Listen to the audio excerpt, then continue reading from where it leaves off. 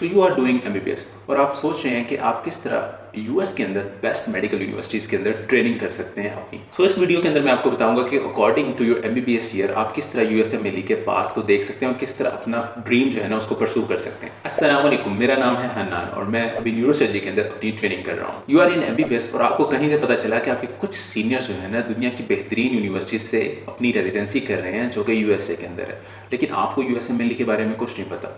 तो I thought कि क्यों ना आपको यूएसएमएलई के बारे में कुछ ना कुछ इन्फॉर्मेशन दी जाए ताकि आप अगर अपने स्टार्ट ऑफ एमबीबीएस ईयर्स में हैं तो आपको पता चले कि आपने किस तरह यूएसएमएलई को अप्रोच करना है। इस वीडियो के अंदर ना मैं आपको कुछ यूएसएमएलई का बिल्कुल ब्रीफ से इंट्रोडक्शन दूंगा और इसके अलावा मैं आपको बताऊंगा कि आप यूएसएमएलई को किस तरह अप्रोच कर सकते हैं according to your year. And के अंदर ना मैं आपको एक टाइमलाइन बताऊंगा जिसके अंदर जो है ना आपने फर्स्ट ईयर, सेकेंड ईयर और आगे फाइनल ईयर तक क्या क्या करना है स्टेप बाय स्टेप। तो अगर आप डिटेल में वीडियो नहीं देखते you can quickly go on to that section और वहाँ आप क्लिक करके उसको देख सकते हैं। लेकिन अगर आप थोड़ी बेहतर तरीके से यूएसएमएलई को देखना चाहते हैं तो मेरा ख्याल है कि ये अभी टाइम है आपके पास, you can invest your time कि किस तरह ये यूएसएमएलई का सिस्टम है और किस तरह आपने इसको अप्रोच करना है अकॉर्डिंग टू योर ईयर। अगर आप बहुत ज़्यादा डिटेल के अंदर जाना चाहते हैं तो मैं आपको नीचे डिस्क्रिप्शन में कुछ लिंक्स वगैरह दे दूँगा और जिनको आप फॉलो कर सकते हैं, कुछ ग्रुप्स हैं जिनको आप फॉलो कर सकते हैं।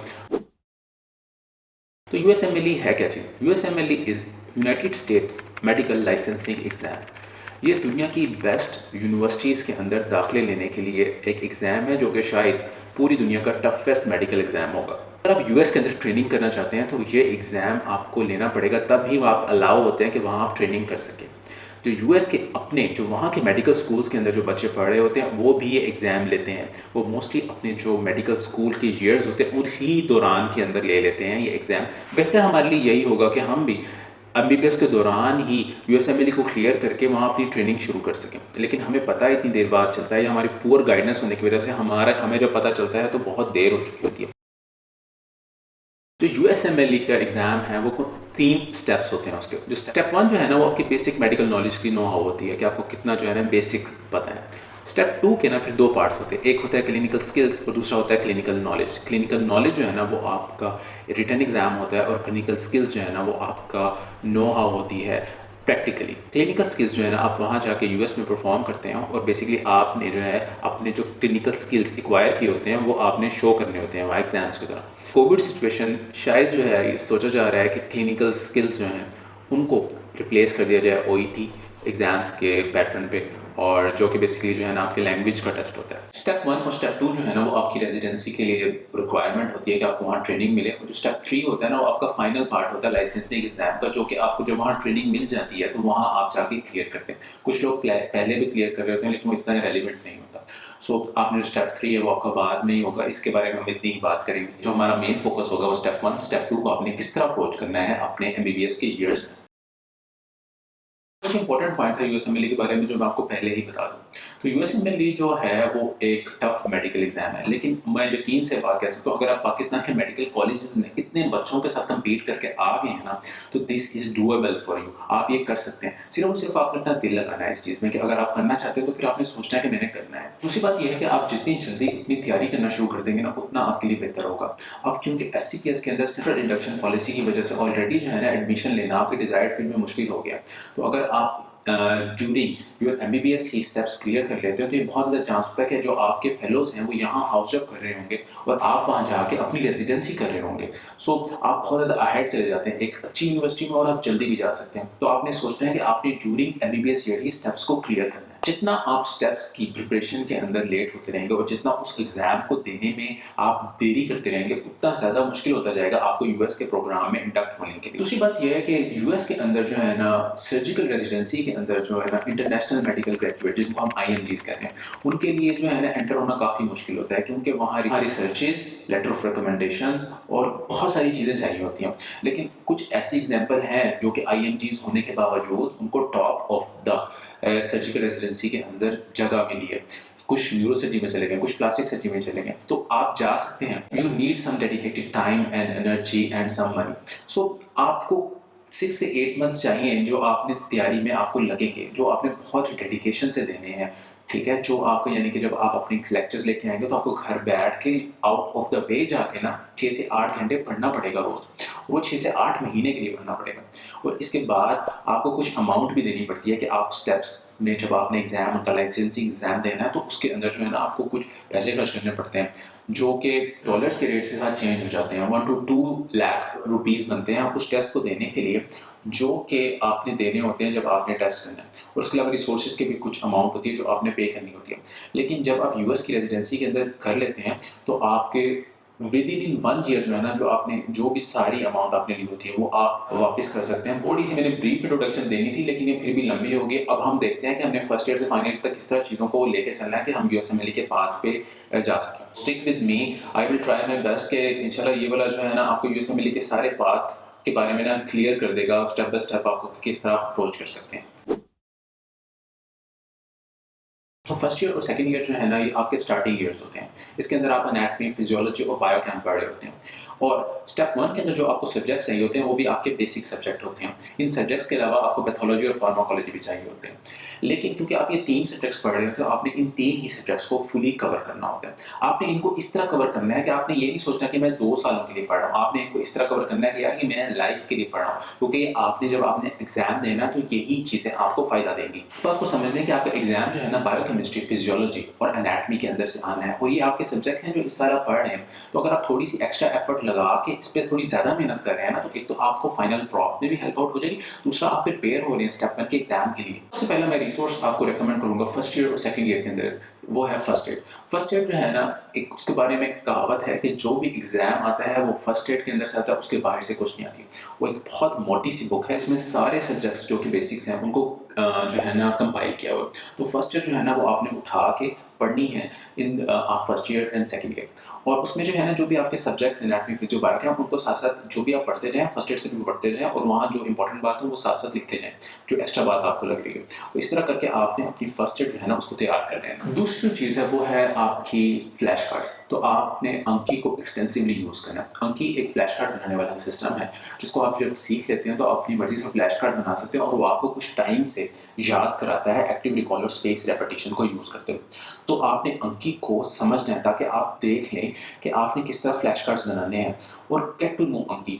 देखिए वेस्ट जो है वो ऑलरेडी हमारी टेक्नोलॉजी में बहुत ज़्यादा आगे हैं, उसके स्टूडेंट्स बहुत ज़्यादा एक्सटेंसिवली अंकी को यूज़ करते हैं। हम लोग अंकी को यूज़ नहीं करें। हमारे पास जो मोबाइल फ़ोन है तो हम अंकी को यूज़ कर सकते हैं, या हमारे पास कोई बहाना नहीं है या हम जो है ना टेक्नोलॉजी में पीछे हैं तो हम अंकी को यूज़ नहीं कर सकते। आप लर्न करें और आप अंकी को यूज़ करना शुरू करें और उसमें फ्लैश कार्ड्स बनाना शुरू करें और ये फ्लैश कार्ड्स आपको आगे 3-4 साल बाद जो है ना आपको बहुत ज़्यादा फायदा देंगे। इसके अलावा कुछ लेक्चर्स हैं जैसे कि बोर्ड्स एंड बियॉन्ड के लेक्चर और कैप्लान के लेक्चर जिनको आप यूज़ कर सकते हैं और साथ जो है ना उनकी अपनी बुक्स के ऊपर जो उनकी कुछ बुक्स होती हैं उन पर एनोटेट भी कर सकते हैं, अपनी बुक पे भी कर सकते हैं, फर्स्ट एड पे भी कर सकते हैं।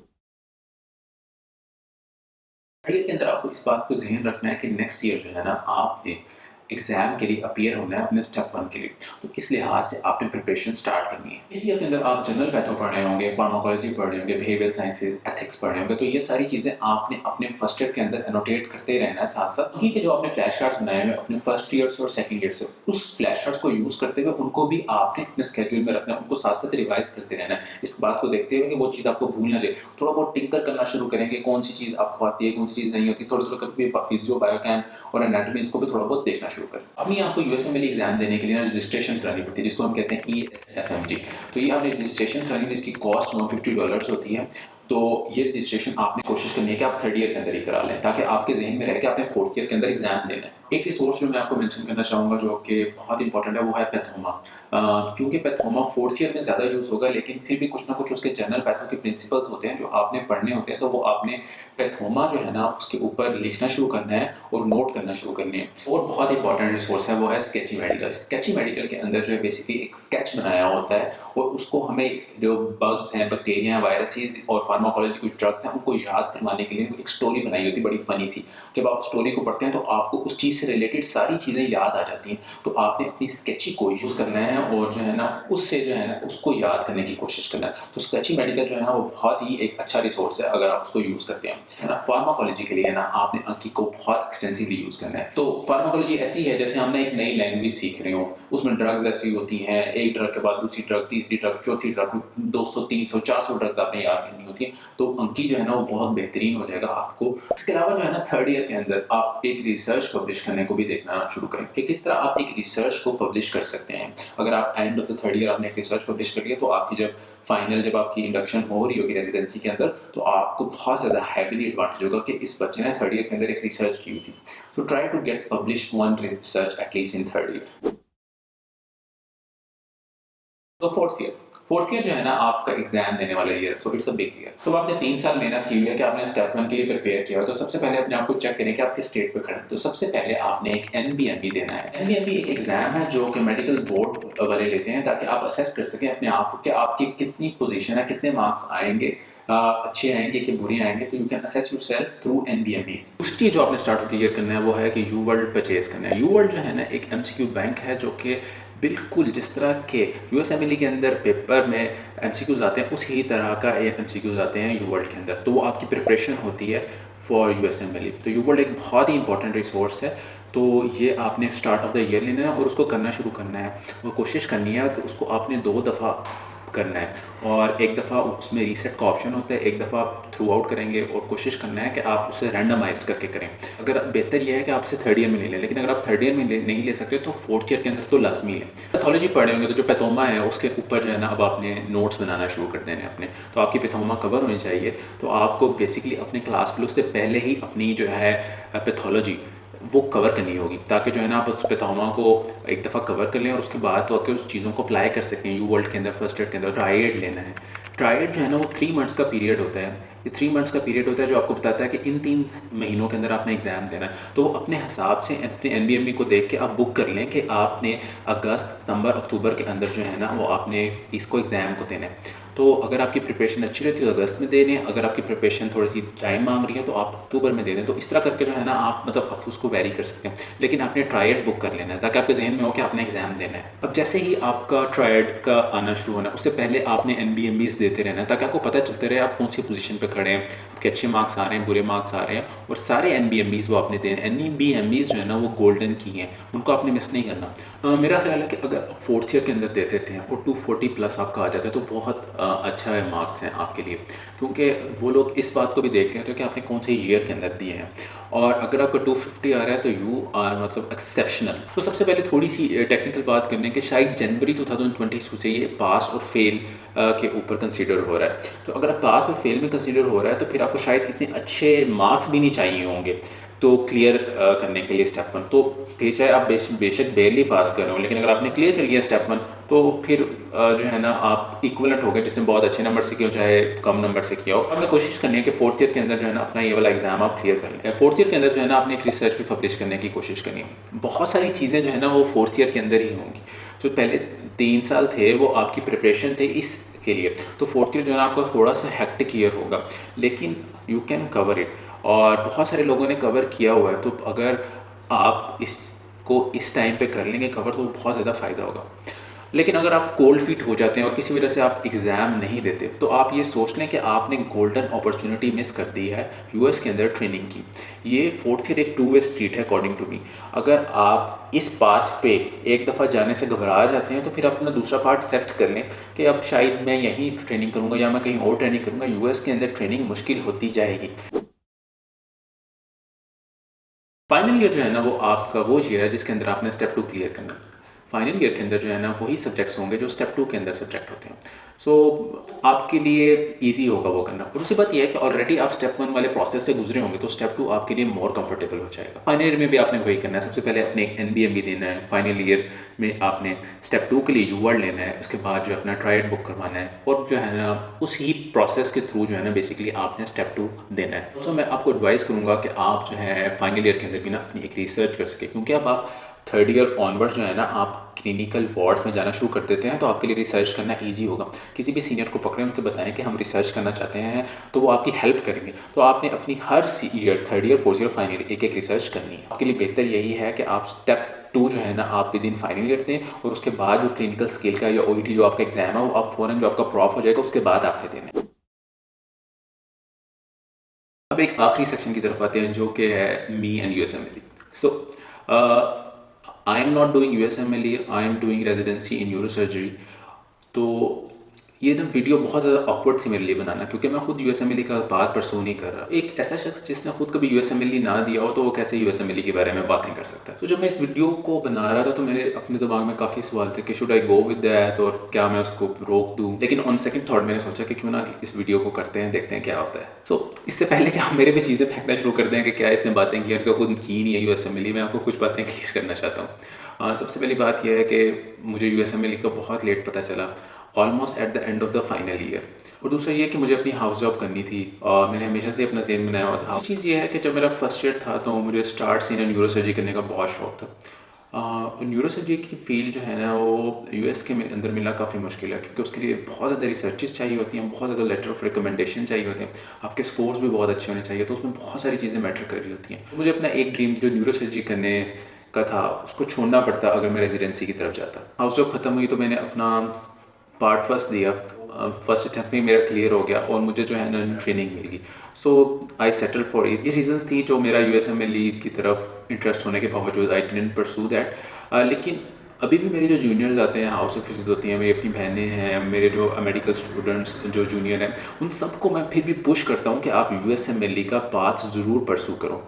आई थिंक ऑलमोस्ट मैंने 10 लोगों को तो स्पेशली इस बात की तरफ खुद धकेला है कि जाओ जाके यूएसएमएलई दो, और may be you can be the 11th person, so you never know. तो अगर आप 11th पर्सन हो तो मेरा ख्याल है कि ये मेरी एफर्ट कोई वेस्टफुल नहीं होगी। अगर आप यूएसएमएलई कर सकते हैं तो शायद जो मेरे साथ फाइनल ईयर के अंदर हुआ था वो हो सकता है कि आपको फर्स्ट ईयर में पता चल जाए, तो ये आपके लिए बहुत बेहतर होगा। अगर मुझे दोबारा सब कुछ फर्स्ट ईयर में पता चले ना तो I would definitely try to get residency in US, और स्पेशली मैं कोशिश करूँगा कि मैं इतना करूँ कि मैं न्यूरोसर्जरी में किसी तरह जा सकूँ। बात यही है कि एग्जाम्पल है कि अगर लोहा गर्म है, अगर आपने उस टाइम हथौड़े से उस लोहे को नहीं मारा ना तो फिर वो लोहा ठंडा हो जाता है, फिर वो आप चाहे जितने मर्जी उस पर हथौड़े मारते रहें, उसमें मोल्ड नहीं होना। सो इट्स बेटर कि आप तब स्ट्राइक करें जब टाइम राइट हो।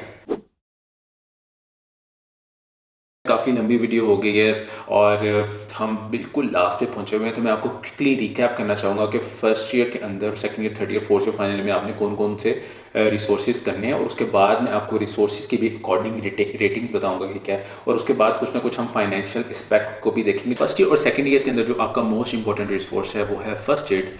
इसके साथ आप बोर्ड्स एंड बियॉन्ड्स के लेक्चर कर सकते हैं, और इसके अलावा के प्लान के लेक्चर्स। इसके अलावा फर्स्ट ईयर सेकंड ईयर के अंदर आपने अंकी की नो-हाउ भी लेनी है और उसमें अपने फ्लैश कार्ड्स बनाना शुरू करने हैं। थर्ड ईयर के अंदर जो है ना आपने ESFMG रजिस्ट्रेशन करवानी है अपनी। इसके अलावा पैथोमा के अंदर जो है ना आपने अपनी जनरल पैथो के नोट्स बनाने हैं, स्केची मेडिकल को यूज़ करना शुरू करना है, और फार्माकोलॉजी के लिए अंकी को यूज़ करना शुरू करना है। फोर्थ ईयर जो है ना आपका GR है जिसके अंदर आपने एग्ज़ाम देना है, तो उसमें सबसे पहले जो है ना आपने NBM भी लेना है, और उसके अलावा आपने U-वर्ल्ड परचेज़ करना है। इसके अलावा जो है ना आपने स्टार्ट ऑफ द ईयर में भी ट्रायड ले लेना है। जब आप ट्रायड ले लेंगे तो आपको पता चल जाएगा आपने किन मंथ्स में एग्जाम देना है। इसके अलावा जो आपके पुराने रिसोर्सेज हैं, अंकी के फ्लैश कार्ड्स हो गए, आपके फर्स्ट एड है, उनको आप रिवाइज भी कर रहे होंगे दिस ईयर। इस ईयर के अंदर आपने पैथोमा को कंप्लीट करना। ट्रायड से पहले आपने सारे NBMBs देने हैं, और उसके बाद जब आपका सेटिस्फेक्शन हो जाए कि ये स्कोर मेरे लिए बेहतर है, उस मंथ में जाकर आपने जाके एग्ज़ाम देना है स्टेप 1 का। फाइनल ईयर के अंदर जो है ना आपने यही करना है कि आपने सबसे पहले एक NBMB देना है, और उसके बाद जो है ना आपने ट्रायड लेना है, और फाइनल ईयर के अंदर आपने स्टेप 2 की फर्स्ट एड, और उसके अलावा U-वर्ल्ड जो है ना जो कि स्टेप 2 के लिए स्पेसिफिक होगा वो लेना है।